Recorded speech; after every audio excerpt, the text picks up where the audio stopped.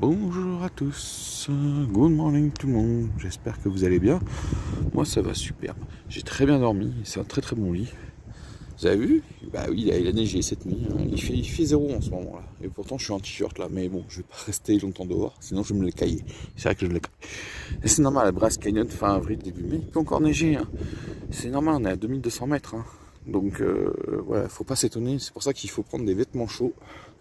Quand vous prenez, vous voulez faire le circuit en avril ou en mai, prenez des vêtements chauds parce que quand vous êtes en altitude, comme on a eu hier, on est monté à 2900 mètres, hein, il peut faire froid. Bon, on va prendre le petit déjeuner et puis ensuite on va quitter cet endroit. Alors on va pas quitter les altitudes, hein, parce qu'on a encore quelques jours où on va être, mais ce sera pas. Alors aujourd'hui un petit peu, mais on va retrouver des chaleurs et puis dans la semaine qui va suivre, on va monter un petit peu en altitude, on va même redescendre en altitude.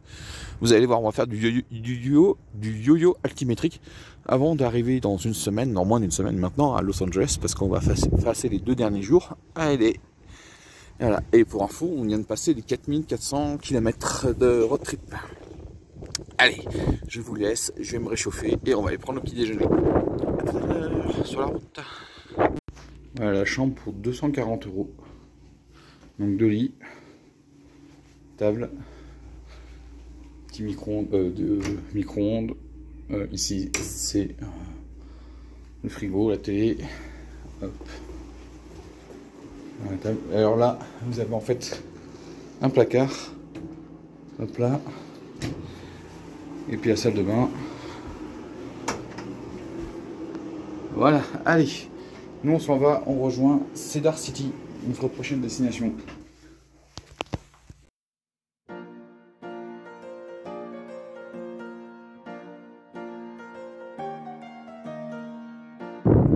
Donc on est à Red Canyon qui est juste à côté de Bryce Canyon et vous voyez on a le tunnel. Donc on en a 2 en fait comme ça, des tunnels avec la route. Et là il y a la piste cyclable à côté. Et la piste cyclable elle n'y était pas quand moi j'y suis allé il y a 10 ans. C'est il n'y a pas longtemps, je crois que c'est en 2015-2016 qu'ils l'ont construit. Donc la piste cyclable elle va je crois en bas, donc après la connexion avec la 89 pour aller jusqu'à Bryce Canyon. Et elle va être prolongée au prochain pour aller jusqu'à Bryce Point. Alors le prochain, oui, normalement les travaux vont commencer en 2025 pour aller jusqu'à Bryce Point.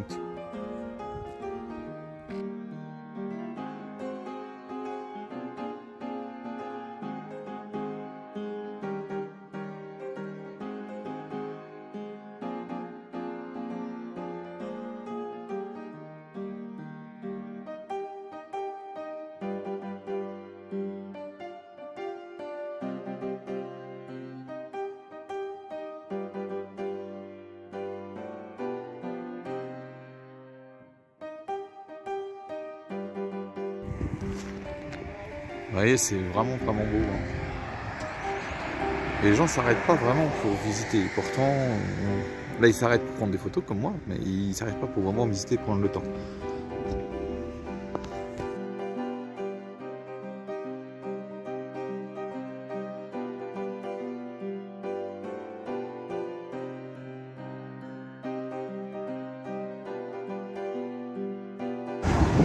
Donc on est à Penguin. On va pour contourner le massif rocheux par le nord, parce qu'on a un massif.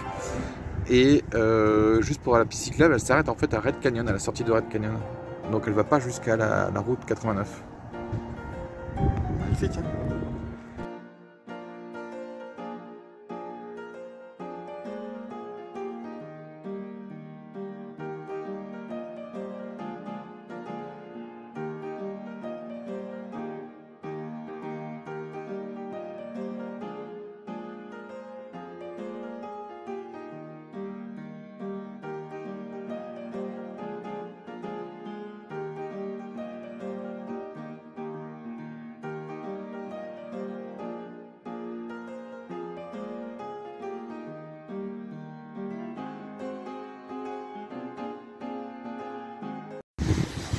Donc on est au Frontier Homestead State Park à Cedar City, qu'on va aller visiter.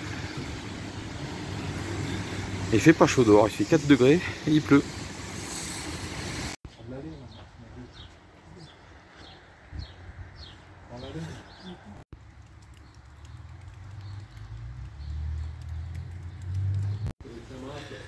Alors ça c'est pour la tonte des moutons.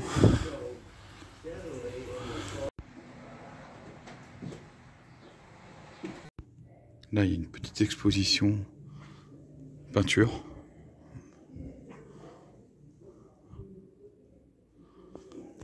Elle est magnifique. Franchement, l'artiste est très bonne.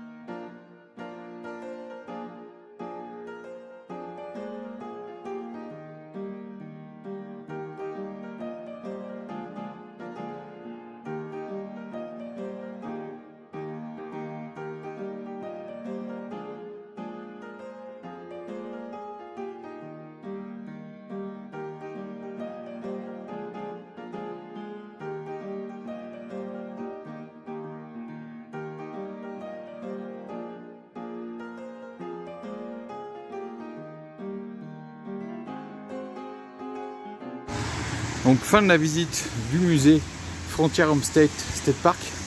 Donc c'est 4 $ l'entrée par personne. Et franchement, voilà, si vous êtes obligé de passer par Cedar City parce que la route entre Daniel et Bryce est fermée, franchement je vous le conseille. C'est superbe. On apprend beaucoup de choses sur la moitié du 19e siècle jusqu'à la moitié du 20e siècle. Et il y a un artefact du 18e siècle parce que les Espagnols ont essayé d'aller jusqu'ici, mais bon voilà, ils se sont arrêtés. Franchement, à faire, c'est vraiment à faire. Allez, moi je vais vous laisser, on va aller dans un autre lieu un peu plus tragique du 19e siècle. Donc je suis à Mountain Mementou Massacre Site National Historic Landmark. Alors, on connaît pas trop l'histoire en fin de compte comment dire, de la colonisation ouest, de la conquête de l'ouest, mais on connaît pas toute l'histoire. Et en fait, il faut savoir, donc quand la Californie est devenue américaine autour de 1848 si je me trompe pas, donc il y a eu des demandes d'opportunités.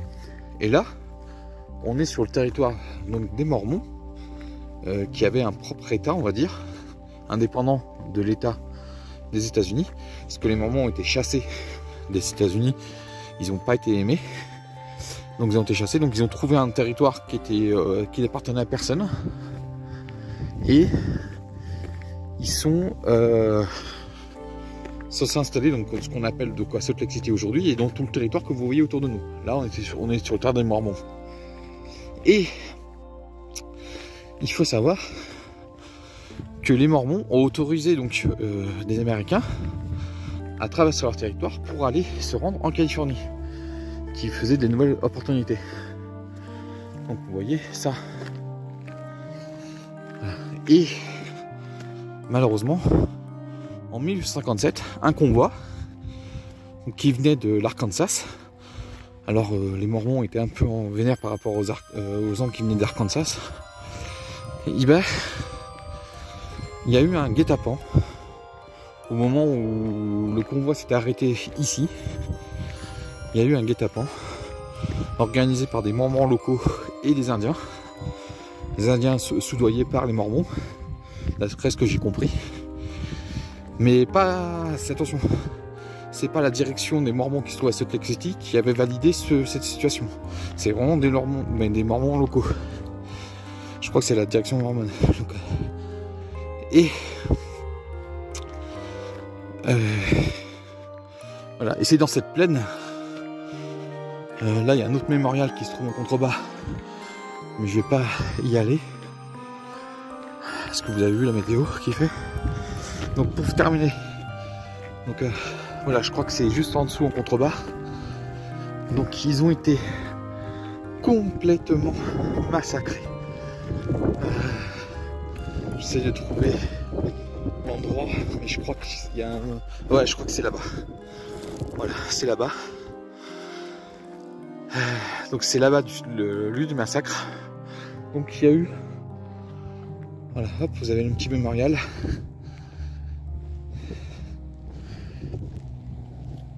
Voilà, pour bien montrer. Donc il y a plusieurs sites. Hein. tout autour. Voilà le Arkansas Wagon Train. Là on est sur le premier site. Donc c'était le 7 septembre au 11 septembre 1857. Et voilà, il y a eu 150 immigrés d'Arkansas qui partaient pour la Californie, qui ont été massacrés ici. Donc ça c'est une histoire qu'on connaît absolument pas nous en France. Et ça a entraîné une réaction très vive du gouvernement américain. Donc là il y a deux autres sites qui sont là-bas qu'on est passé devant, le site des hommes et le site des femmes. Voilà, et il y a le site des enfants. Ça c'est Women and Children Memorial, Men and Boy Memorial. Donc on est passé devant. Et là-bas donc le lieu du massacre. Donc c'est le petit parking que vous voyez au fond. Je sais pas si vous le verrez, parce que là on ne voit pas du tout. C'est là-bas qu'ils ont enterré les 150 victimes. Et ça a entraîné cet épisode très violent.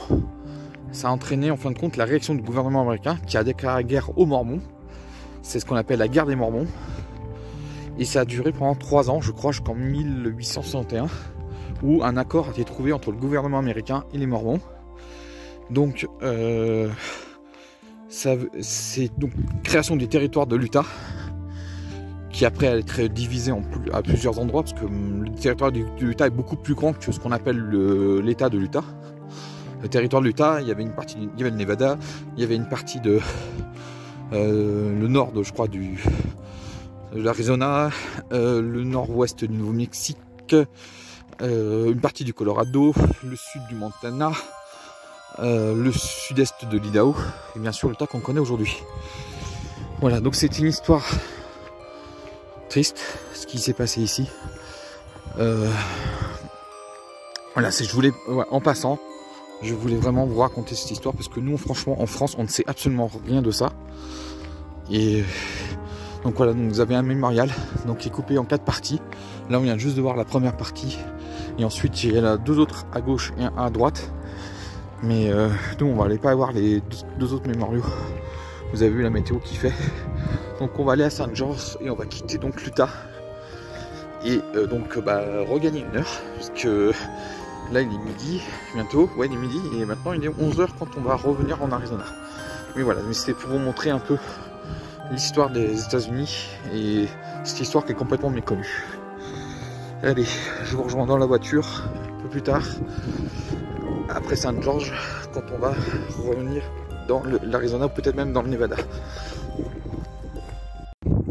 Donc après avoir quitté le lieu de ce massacre, donc je rappelle 1857, et la guerre a duré de 1857 à 1861 je crois. Voilà, donc on arrive au nord, on est au nord de St. George. Donc là vous voyez, il y a des pierres volcaniques parce qu'il y a des volcans juste derrière. Regardez la formation rocheuse. Et la rouge. En fait, on est à la limite entre le plateau du Colorado à gauche, le grand bassin où je suis a priori, et en face, on a le désert de Moab. Donc on va aller à St. George, faire quelques petites courses je pense, et ensuite on va commencer le désert de Moab pour aller se rendre. Là vous avez bien compris, on est à Las Vegas, mais on va aller dans sa banlieue. Et la température remonte, il fait 13 degrés. Tout à l'heure il faisait que 4 quand j'étais sur le lieu tragique de ce qui s'est passé.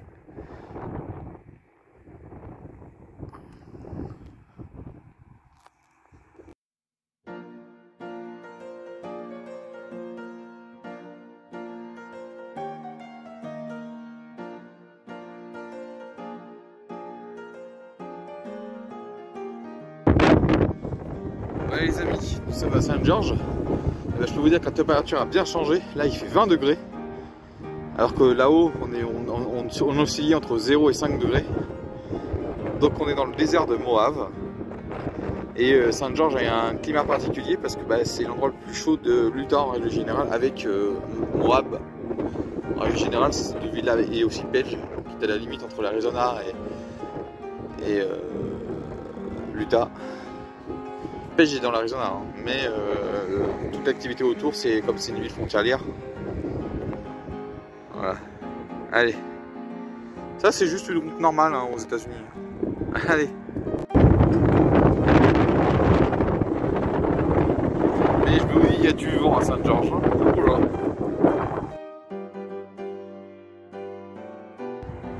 on a mangé ici. En fait, on est au Walmart à la sortie de Saint-Georges. Donc on a mangé du corn dog. Franchement, belle découverte, c'était bon. Maintenant, on va quitter l'Utah. Donc je vous ai dit, on va changer d'heure. Et oui, on va avoir 1 heure de moins. Et on va se rendre tranquillement vers la banlieue de Las Vegas pour y passer pour y passer 2 nuits. Et oui, je vous ai pas dit, on va passer une journée là-bas. Alors on va pas forcément être sur Vegas, mais on va passer une journée sur les environs de Vegas.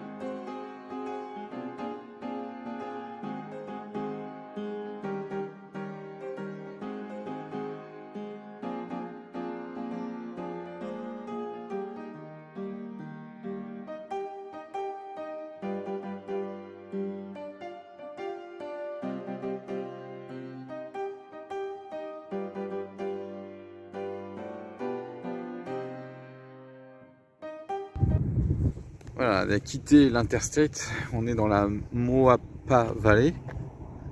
Moapa Valley. Là, vous avez les publicités pour les candidats. Hein. Et on est en pleine élection électorale aux États-Unis. Bah là, il fait 25 degrés. Waouh! Voilà. On est dans le Nevada. On a changé d'heure. Là, tout à l'heure, vous avez vu la Virgin River avec ses gorges. Waouh, c'est très beau. Allez.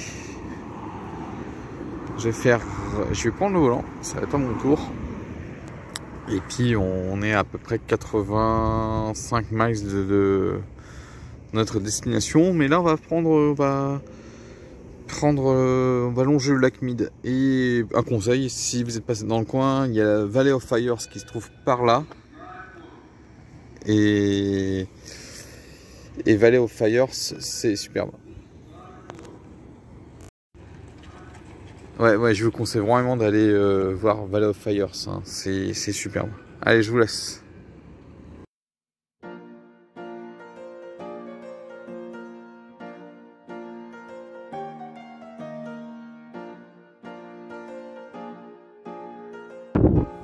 Et voilà la fin du lac Mead, j'ai l'impression. Ouais.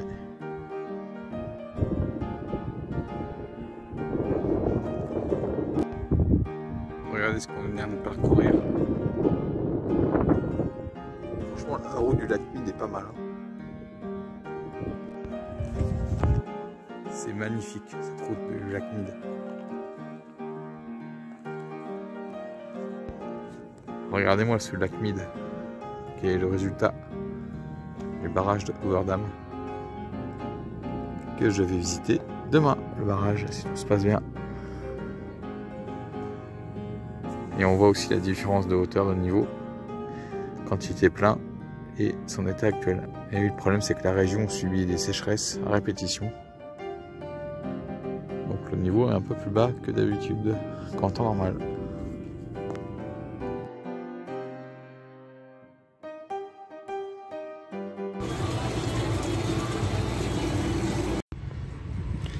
Voilà les amis, on est à Boulder City.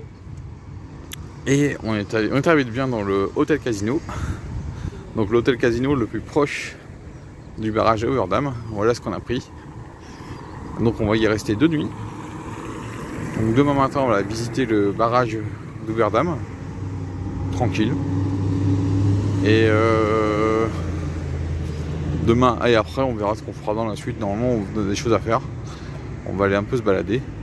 Et puis on verra si on ira, parce qu'on est à 45 km du strip.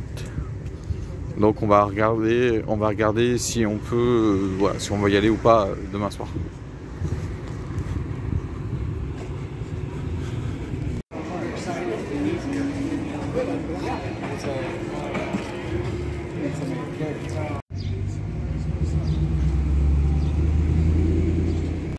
Il y en a un qui a perdu son pied.